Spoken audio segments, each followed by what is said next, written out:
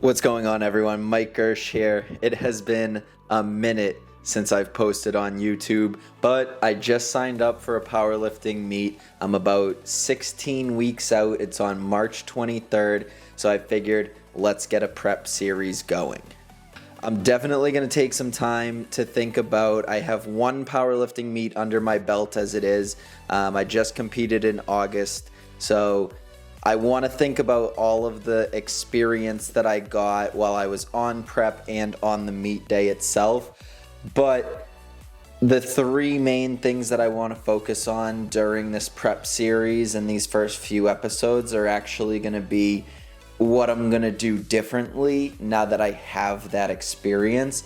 And those three main things: number one, it's going to be I'm going to count my macros this prep. So last prep, very much a dirty bulk. I was eating anything and everything, a 2100 calorie Jersey Mike sub. I was sluggish, I felt like shit, but I was gaining weight and all of my lifts were going up. So it was pretty easy to justify. This time around, the second thing I'm going to do different is I've been using a meal prep service. If you've heard of Mega Fit Meals, of course, Daddy C-Bum uses that, got to use his code.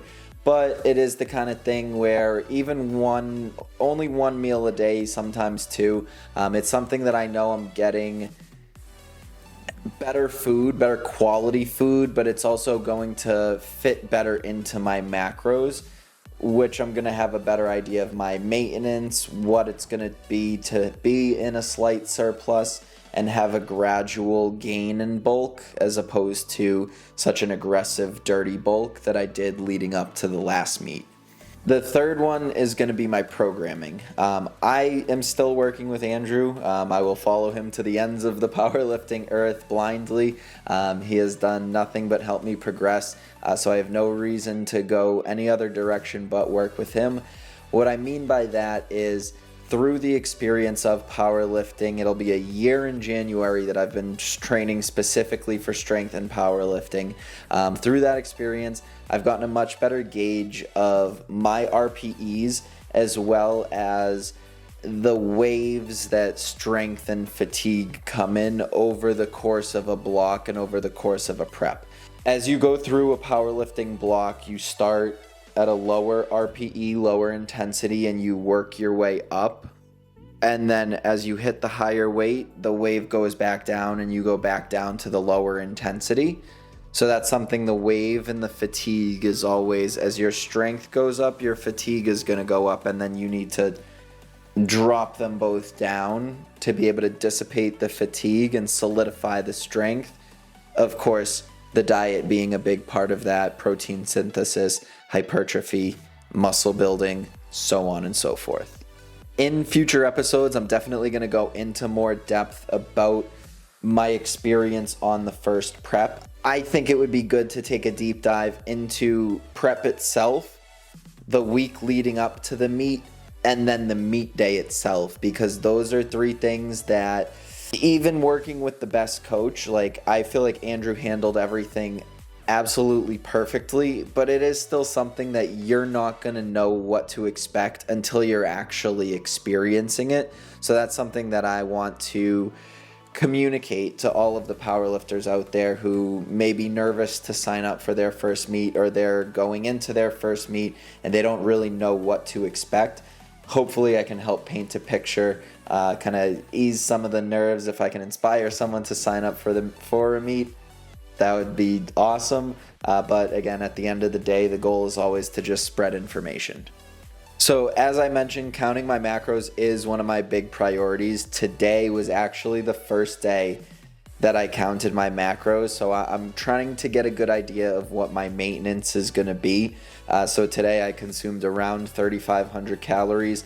I woke up at 182.8 pounds. So I'm curious and excited to see what I wake up at tomorrow. Anyone who knows me knows that I'm just like constantly hungry throughout the day. So I tell people I ate 3,500 calories, and a lot of people are like, oh my God, Mike, that's so much. But for me, I'm like, damn, I had to like stop myself from eating more. So again, I can't wait to see how staying consistent with counting my macros again is going to be with my performance, because the last time I was counting my macros, it's when I was training for aesthetics. So I had a little tiny fucking waist, but I was weak as shit. I could barely bench 225. Let's see how the macros translate as well into my performance, because I'm using MyFitnessPal. Anyone who's familiar, it's a little more in depth where it tracks the micronutrients as well. So I'm gonna have a good idea of like my sodium intake, sugar intake, fiber intake. Those were things that I really never tracked before. So I'm very interested to see the effect that they have on my performance as well, because I know for a fact that I was eating too much sugar.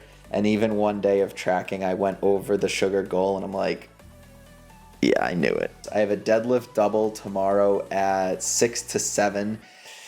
Deadlifts these days, they've been blowing up for sure. No complaints about deadlifts. The only complaint, to be honest, now that I'm doing more weight, is it takes longer to work up and warm up to my top set.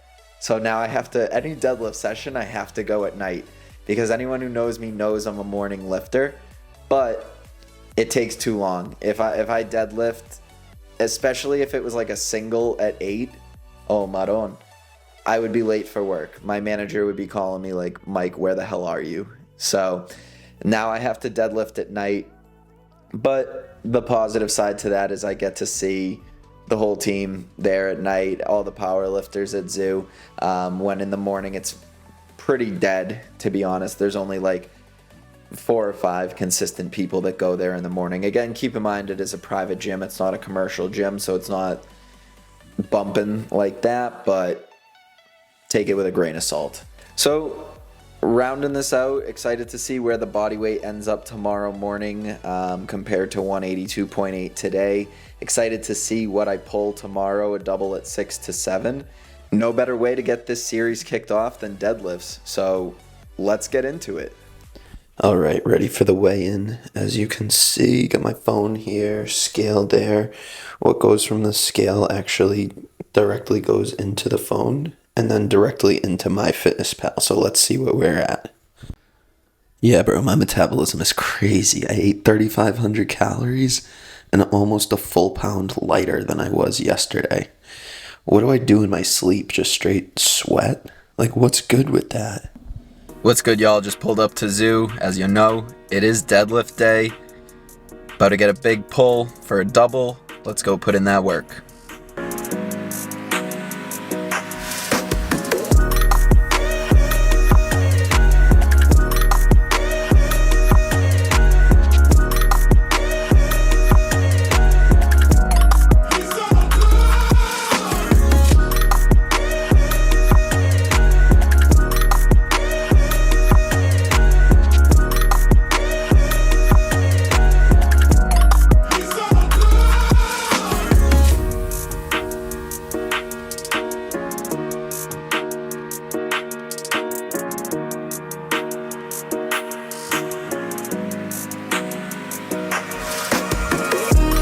One thing I did just realize that's actually pretty hype. As long as warm-ups are moving pretty well, there's a very high likelihood that I'm going to hit a double PR today. Here I go.